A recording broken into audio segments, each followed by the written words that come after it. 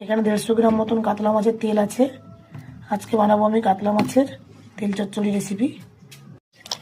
আলু একটা, বেগুন 3টা কেটে নিয়েছি। তেল চচ্চড়ি করার জন্য আমি পেঁয়াজ কুচি, ধনেপাতা কুচি, টমেটো কুচি, রসুন নিয়ে নিয়েছি।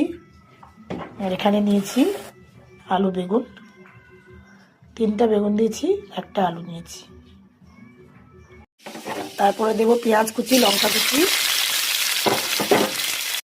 এরপরে দেব রসুন। এবারে কাতলা মাছের তেলটা আমি এখানে দিয়ে দিব।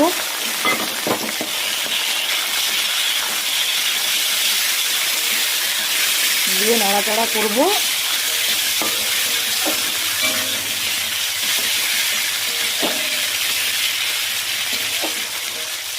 এবারে দিয়ে দিব লঙ্কার গুঁড়ো। মাছের তেল থেকে কত তেল বেরিয়ে গেছে। এবারে দিয়ে দিব কেটে রাখা আলু, বেগুন।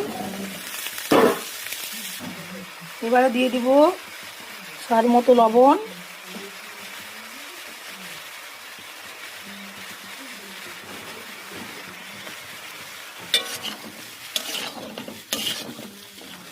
দিয়ে নাড়াচাড়া করব।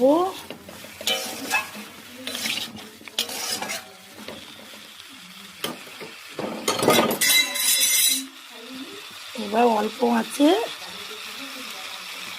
রান্না করব 5 মিনিট মতো।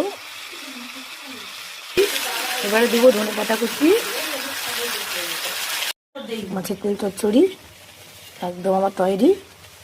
এবার শুধু গরম গরম ভাতের সাথে পরিবেশনটা করা বাকি আছে।